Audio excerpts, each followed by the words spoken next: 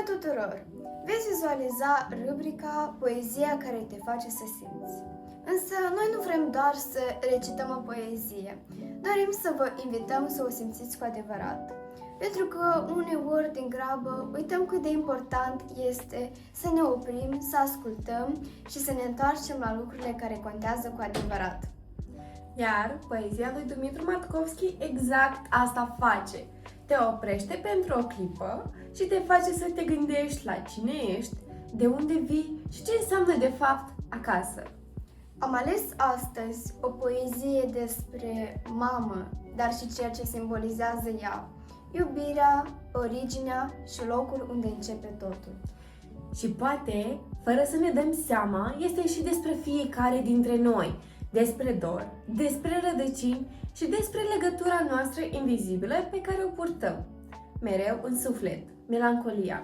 Așadar, colega mea va recita un fragment din poezia Bună-i mamă de Dumitru Matkovski. Bună-i mama cea mai bună, sfântă-i casa părintească, dulce limba cea străbună, dulce și dumnezeiască. Mama-i suflet cu nemoarte, casa-i vatră cu noroc, limba-i doină, limba-i carte și ne adună la un loc. Sunt versuri simple, dar spun totul. Nu trebuie să le analizezi prea mult ca să le înțelegi. Le simți imediat, pentru că fiecare cuvânt atinge ceva personal din noi. Mie mi se pare impresionant cum Matkovski reușește să unească trei lucruri atât de importante: mama, casa și limba.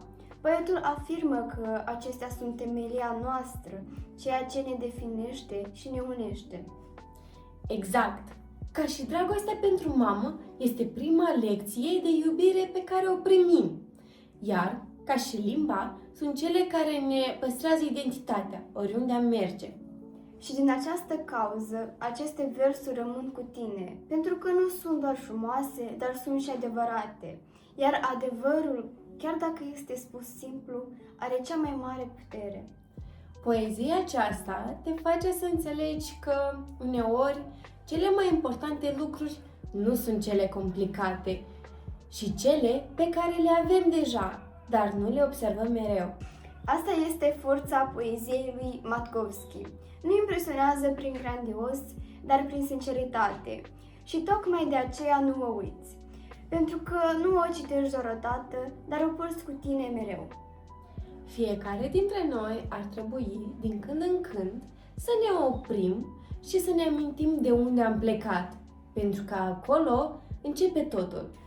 Asta a fost poezia care te face să simți. Dacă vrei să descoperi emoția adevărată din cuvinte, citește poezia lui Dumitru Matkovski.